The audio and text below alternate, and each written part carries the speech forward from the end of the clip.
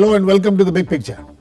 The role of the media, especially after the advent of the 24/7 news channels in this country, has been a subject matter of intense discussions and debate. While the positive impact of the intense scrutiny of these channels on governance and every other walk of life is well acknowledged, concerns are many about the negative impact too.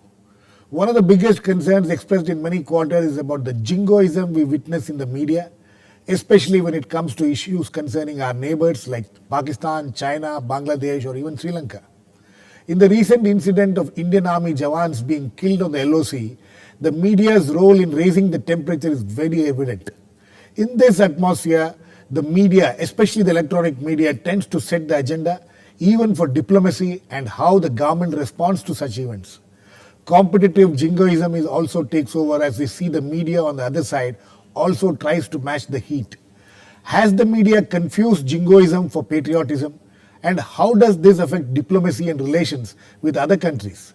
We will discuss all this today with S. Nihal Singh, a distinguished veteran journalist and former editor of major newspapers, Shankar Mukherjee, former ambassador, Rahul, veteran journalist who has had a long stint in news television channels, Prashant, Tandon, a veteran TV journalist who has been former executive editor of India TV, among other channels, and Sandeep, Bhushan, a media analyst, and also someone who has had a long stint in news television. Welcome to all of you. Mr. Nihal Singh, I would like to come to you first. This jingoism which we are witnessing now on television, is this a new thing, or do you think that we have had this kind of jingoism in the media all along? Well, I think it's amplified many times, and I think the problem with especially television, which you're talking about, which makes an immediate impact in India, is that especially the private channels, I would say, that they are imitating the worst aspects of right-wing American television, like Fox News. Right. Now, if you consider being aggressive is the demand of the time, take any problem. Right. You are aggressive as an anchor, you are aggressive as a questioner. It's like court of law. I mean, the other person is a convict. Right. You don't converse with the other person. And we all know about the shouting matches that take place every evening on various channels, in some instances more so than in others. Yes. There's no question of taking names. Everybody knows the channels that are there. So I think this is a major problem, and especially as you talked about the Pakistan incidents, the tragic incidents recently. Of course, there is jingoism. And there's very little attempt, I find, especially in television, to try to go beyond the immediate in terms of giving a background to it, in terms of saying, well, this is taking place in this context and so on. So you just get hold of one aspect of the defense minister's statement, go to town, of course the opposition follows suit, right. And there you have a major crisis, which means that you must have seen how the government statements have changed from one day to the next because of this pressure, this immediate pressure of, India is in a crisis, it's near war and so on. I mean, it's totally uncalled for, I think. It's a pity. Mr. Mukherjee, you have been a diplomat, you must have faced this kind of situation, and you're watching now what's happening. How much does it affect diplomacy, this kind of atmosphere which prevails in the media? Of course it affects diplomacy, it affects every aspect of national life, I would say. In a panel of 5, I think I'm the only one who's spent long years in the government. Yes. And I must say I agree with my very senior co-member on this panel on whose articles I grew up on in the Statesman. But I would differ with him on one thing. I do not think that it is something that needs to be talked about in a very derogatory fashion, this business of the rambunctious dialogues that go on TV. The focus seems to be on electronic media. The fact is that we will never attain the ideal. And in terms of diplomacy as well, in terms of our dealings with the world, right. It's a reflection of our domestic politics, of what we are. And what we are is reflected by a free media. The ideal would be a free and responsible media that checks all its facts and that gives the viewer an exact view of what is going on. But that is nobody's prerogative. We don't live in a perfect world. We will never live in a perfect world, and I would much rather live with a free press with its flaws than with a press that is controlled by anyone, be it government or anybody That's else. That's okay, Mr. Mukherjee. But I'm my not question, suggesting that. yes, no, my question is this: how does it affect diplomacy? We have seen how it's affected in the last few days. I mean, this is just one of the instances. We have seen several instances in the last few years when these kind of situations emerge. When it comes to neighbors, some incidents take place. How do diplomats deal with this kind of situation? Well, if you're talking of an open society and a democratic country like India, let me stick my neck out and say that it affects diplomacy in a very positive way. This question is arising because of the recent incidents on the Punch border. What exactly happened? Let's forget about whether the media reported it correctly and checked all its facts, but what exactly happened? A statement was made by the government. Another statement was made. The first statement was made by the army. Government. First statement was made by the army. Precisely. The by the government. We have a situation where a hostile neighbor did something on our border. A statement was made by the army. A rather silly attempt at diluting that statement was made by the government. Right. And under media and opposition pressure, a U-turn was made, and now you're putting the blame where the blame really lies. What has caused this? And what is wrong about it? Today, we are talking about the meeting between our Prime Minister and the Prime Minister of Pakistan not being held as it was being planned to be. I, for one, think that... Not wanting to be held. Certain sections of media say that don't have this, and opposition also. It's not just the media. If you take a poll today, 99.9% of India will say that meeting should not happen. No, we are not getting into that aspect. No, we must get into that. No, that's a completely different debate, Mr. Mukherjee. I'll call you for that debate separately. My question today is, you say that this kind of atmosphere which is created by the media has a positive impact on diplomacy. That's right, isn't it? Okay. Rahul, I'm sure... Because that impacts on government, and we take our orders from government. Now, in this particular episode, I think the role of the media has been absolutely correct. Correct. Okay, that's fine. We'll come back to the larger issues and the series of events which have happened and how an atmosphere of, there's cry for war with Pakistan or with China and things like that happens, and how it affects. We'll come to that. Rahul, I saw you smiling when he said that it has a positive impact. So you think that why do you think this kind of jingoism has started? First of all, do you agree it's jingoism at all or not? Or do you think that... Of course there is jingoism. We see it every day. Yes. And it's increasing. Yes. And that worries all of us. Yes. It has its role though. And what Mr. Mukherjee said has some element of truth in it. It cuts both ways. Right. Sometimes it helps the government. In its negotiations with the other country. Absolutely. And it helps it to become firmer. Right. And to be a little more assertive. Right. So to that extent it's good. But when it extends to a growing call for more violence, counter-violence, counter-measures, if they have killed 5 of yours, go inside and kill 50 or 500, these calls lower the public discourse. And they don't inform as much as they incite and excite people. Absolutely. So it doesn't, after all, diplomacy is serious business as we understand it. Of course, we understand it from outside. Mr. Mukherjee has been inside, and I think there is value in what he says. Right. So maybe we don't know when we are helping them because they have their own agenda. Absolutely. Sometimes we are not. We are not even aware of it. But this growing, to make you aware growing jingoism and it increases the nation's temperature, political pressures. Exactly. And the discourse and the debate and the right, I would say, dialogue become impossible. And it raises expectations to a level which are unreasonable, which are impractical also. Right. So diplomacy And is a sensitive issue. It's also filled with hate sometimes. Absolutely. Create hatred. Not just create, it increases hatred. Right. And it justifies hatred, it legitimizes hatred. Right. And it legitimizes violence. I think we should be a little wary of that. And we need to be a little more, I would say, reasonable and a little wiser. But the thing is that we have too many channels and too much of media.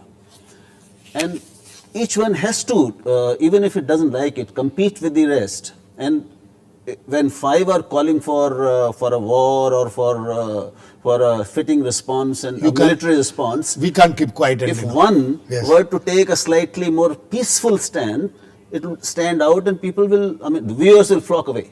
That's the real fear. It's thought that viewers will flock away. Sandeep, you have done you've done enough of reporting on the ground in these kind of situations, and now you've got out of it. You think that this kind of manufacturing hatred also, and manufacturing all this kind of which the media becomes a prisoner of it?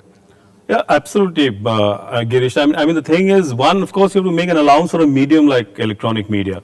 I mean, when, for instance, if you take the latest instance of widows wailing, or family members crying, of this huge upsurge in the village, and people coming out and giving a soundbite, you need to sort of go and settle it out. It's at those points it's actually very different as an interlocutor, whether you're a reporter or an editor sitting in the studio to really sound very rational. So either, you really take hardcore editorial decision. Do you go with it or you don't? If you go with it, then there's a very strong chance that you're going to slip in terms of flow of information and maybe go towards sort of excitement and mobilization and that. So that's the first point. The second point is also that there is a competitive element also. I remember very clearly when the last network that I was working, one particular network which claims it has a maximum viewership, it had sort of pictures of this Daulat Beg oldie, some kind of displacement happening there. And once that thing went, nobody knew actually whether that video was true or no. Right. Some people also said it's a fraud video. It's a sort of manufactured. So that, suddenly there was a mayhem in our newsroom. We need this thing, go and get it, or talk to Al Jazeera, talk to whoever. So that kind of thing is there. So in the, what the viewer sees in the news studio, there's a kind of hysteria which has been built up by that time, because you're constantly, bombarded by channels across, and they're all playing up different visual elements. So in the whole process of news production, there is a huge thing to sort of. There is no time to stand back and think or and finally, if I may just add that so much of it functions in the routine course through handouts, that a lot of our reporters don't know exactly the world beyond what the MEA spokesperson tells you or some security agency guys tell you. So when these kinds of crises happen, you really don't know what to do. Where do you get the additional flow of information?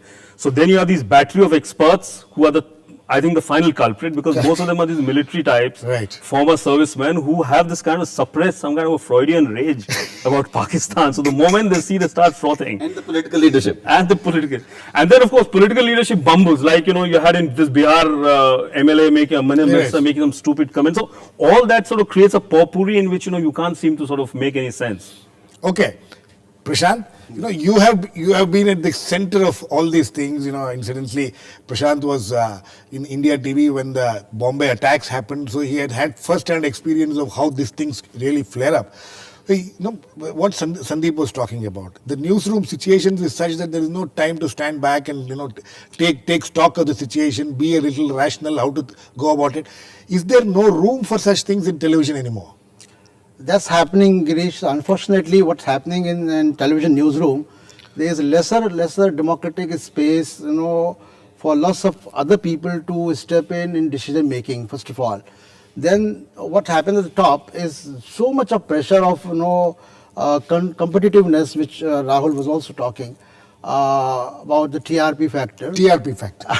And not necessarily every time these kinds of things get TRP, but then at some level there is this assumption that this will get some level one has to get away from this lure of TRPs. And what Sandeep was telling that what kind of people who manufacture this kind of opinion throughout the country, and jingoism, what you're calling about, most of the ex-army people. Yes. And I have a very good study, during the study was conducted between 26th March and 2nd of April this year. And this was the story of corruption against army. Right.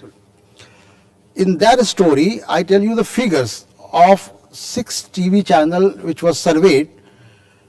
4 representative of army, former ex-army or ex-army people consume 75% of airtime in various channels. Right. And they were defending what had happened. And declaring the war from the TV studios.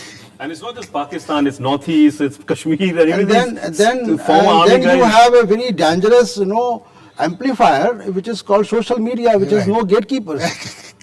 Yes, Rahul. No, we have had 3 incidents in this year Yes. alone Yes. where we saw this happening. Yes. First was the January Right. beheading The of beheading one of of the- our soldiers, and we saw open With China- calls with for China war. and- For war. Yes. And you go and behead 5 or 10 or 100 people. Yes. It's responsible senior politicians making such calls, and they're being played up. Then we saw this in May, April and May, when that so-called Ladakh incursion from Right. from China took place, and luckily it went on for 2-3 weeks, I remember. But luckily, diplomacy of both the countries refused to be cowed down by and led by the media pressure, and things became normal again. And now we are seeing this. What happens is we must realize that the television is medium of the spectacle. Right. Emotions make the best spectacle. Yes. A weeping family, a crying wife, and a mother and a father or children, and calling for revenge or saying everything, talking this- against the government. Yes. It makes for great drama. Yeah. And drama drives eyeballs, unfortunately. Reason doesn't drive eyeballs. It doesn't. How that do is we, our Mr. Nihal biggest Singh, trouble. this is a very tricky situation. What Rahul says is absolutely correct. Emotion drives eyeballs. Yes, I understand that. But the problem with Indian or most Indian television channels is that you show them, of course, you have to, and there are problems with competition and so on. And I understand that, even in print. In we print have, also. have that problem. It's not only on television. But the problem arises because you don't frame a story in a context. Right. It's just you run away with one aspect of the Right. story. Just one sentence of somebody saying Yes. something and then. But take the BBC, British Right. Broadcasting Corporation. Now, they go bonkers on the royal family business. Absolutely. I mean, you have to switch off the channel. But apart from that, if they are covering a crisis, and it's an immediate crisis, they even have full-time coverage. Right. Open-ended coverage Yes. on very important events. Right. But then they try to place it in context of the crisis. What does it represent? Absolutely. What does it mean for the country? Where is it leading us to? And so Right, on. right. There is no questioning, or very little I see, of any crisis. This is exactly the point which I was trying to make, sir, that, when the biggest casualty when jingoism takes over seems to be that the sense of questioning is completely abandoned by the media. And you have to context a crisis. I mean, you report it fine. Right. You have to report it at once. I had a and- question for Mr. Mukherjee. One aspect is that there are not enough and not good enough spokesmen from the government and other the establishment to sort of get in their voice also and bring an element of reason and facts and the context to the debate. No, they can't. No, if I may they say need so, to. because the spokesman is waiting for word from the- higher ups. Well, it's Well, what to say? So this Is is that so? this is a lacuna. This is a gap. Mr. from the Mukherjee, establishment. do you agree with that? Not at all. Frankly, the media is a spokesman for society. Right. When you're talking about a spokesman for the government, there's a spokesman for the foreign ministry, of which I have personal experience. There's the Ministry of Information and Broadcasting and so on and so forth. The press does not really reflect unthinkingly whatever is being handed out by the government. In fact, this whole debate about jingoism, I think, to my mind, ignores the fact that the jingoism itself, if you want to call it that, reflects a certain feeling in society. When you're talking about Mr. Mukherjee, I have a question to you. When you talk of a certain feeling in the society, do you think that this kind of creating hatred, creating Not at is all. that Not also at all. part of the feeling of society you're talking but about? I disagree that the press in India, and in fact I find it strange that I'm defending Yeah, the press you're in the terms of only- practitioners. exactly. I disagree that the press in India is doing only what is called jingoistic massaging of emotions that lead to hatred and so on and so forth, be it in foreign policy or be it within the country. The flaws that Mr. Nihal Singh pointed out and Rahul pointed out are there. They are there in every country. I've watched the press in lots of other So countries. you're trying to say that this kind of coverage, this kind of discussions which happen, and this kind of heat which gets generated doesn't affect diplomacy. Yes, it does affect diplomacy because diplomacy is, after all, conducted by the government. Policy is made by government. Right. We are the practitioners. No, I'm talking about the policy is made practitioners by also. government. I'm talking about and the that practitioners. policy in a democracy is based on the government's perception of public opinion. You can't get away from that. Yes, Sandeep. Just one or two points I briefly No, want to make. just like if I can just Yes. finish.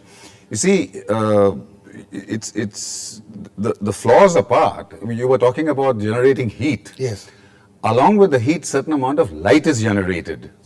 You see, without There's that no doubt light, about it. the There's people of this country, where do you get your information from? There is no doubt about it. Regardless of the but fact we- that the we- people are not checking it's- their facts, people are Mr. twisting things and so on Mr. and so forth. Mukherjee, as we, except you, we are all part of the media, and we ourselves are more concerned, seems to be more concerned about what's happening than Precisely. you people seem to be. Yes, Just one brief point. I think one of the issues is, of course, there's the kind of Pakistan obsession, which is old in India.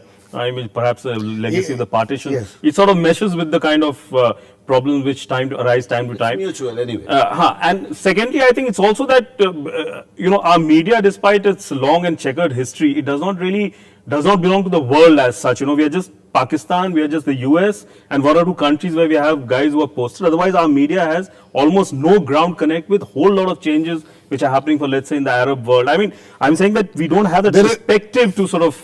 there's a limited perspective, Yeah, and absolutely. we work within those Insulation. limited, Absolutely. insulated. Prashant, when we talk of all these things, the biggest concern, I'm sure all of us share that concern, is how all barriers of ethics and all barriers of impartiality is broken when it comes to breaking news. I just want to add what Mr. Mukherjee was saying, the lack of spokespersons. Let's go beyond external affairs. We are running out of time. You have to quickly say. Let's go beyond external affairs. Moment there is a blast somewhere, within 15 minutes, I don't know who investigates so fast and what kind of forensic expertise are there. Chemical names do appear in media. The names do start appearing. The names of the perpetrators. Yeah.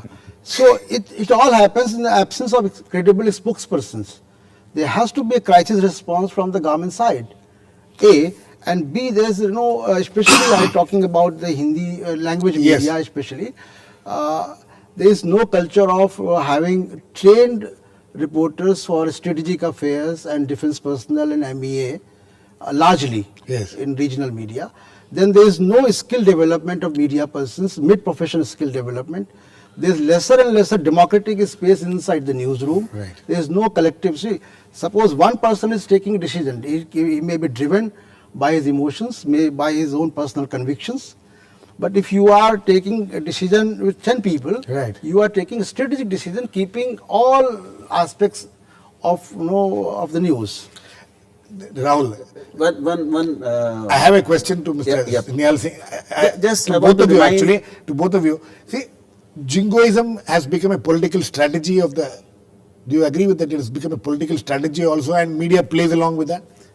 Yes, sometimes it helps the establishment, the government. No, I'm talking- sometimes, mostly, it always, not mostly, it always helps the opposition. Opposition. So, there are two forces either affected by it or using it. Right. But I wanted to just, as the biggest example of this jingoism, media-driven jingoism affecting diplomacy and leading to national loss, I would say, Right. is let's go back and remember when that flight IC 184 or something Yes. was kidnapped, Hijacked. was hijacked, and remember now that remains a national blot on our because of that jingoism, that media pressure created on the then Atal Bihari Vajpayee government. The foreign minister had to go personally and hand he over still, this is a national shame. Yes. If that had not happened, the emotionalism had not been played up to the hysterical extent, perhaps this would not have happened. Mr.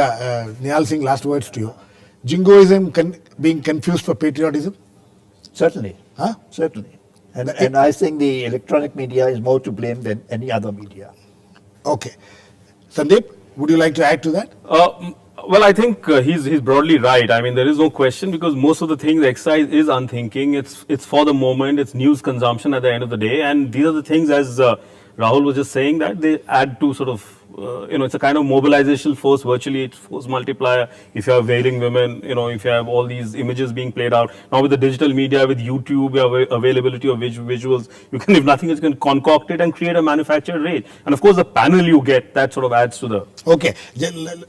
At least three of you, since three of you have been in television, do you see any hope of these things changing in the future? All three, very quickly. Not in the near future. So long as we have an ever-increasing competitive environment in the media, so many news channels competing for the same eyeballs, they'll need to be more aggressive, more vocal, louder than the other, and more dramatic, more melodramatic. Because that brings the eyeball, unfortunately, again. Prashant, last. Do you see anything going to change? I go with what Rahul ji was saying, that I don't see any nearby hope of things changing. But the way the TRP system evolves, and if it become more transparent, it become more wider, I think the society will drive the media content in a Hopefully. Society. Yes, please. May I just very quickly conclude my remarks by saying that I agree with all the statements that have been made asking for, well, what I can only see is a reform of the media in terms of not being jingoistic and being much more responsible. All I want to say is until that happens, and frankly, after my service around the world, I don't think it will ever happen. I'd much rather live with this media as a watchdog of the government with all its flaws than otherwise. Okay. On that note, I think we will have to end. It's a strange situation today where one diplomat who should have been most concerned about it doesn't seem to be concerned. He thinks that that's the way it should run. The free media is what is needed. But as journalists sitting here, everybody is concerned with the way things are going. So there is room for improvement. But as some of my guests say, that it may not be very easy to improve in the present atmosphere. Thanks to all my guests, Mr. S. Nihal Singh, Mr. Shankar Mukherjee, Rahul Dev, Sandeep Bhushan and Prashant Tandon. Please keep watching. We'll come back with another issue, Big Picture, same time on Monday. Meanwhile, have a great weekend.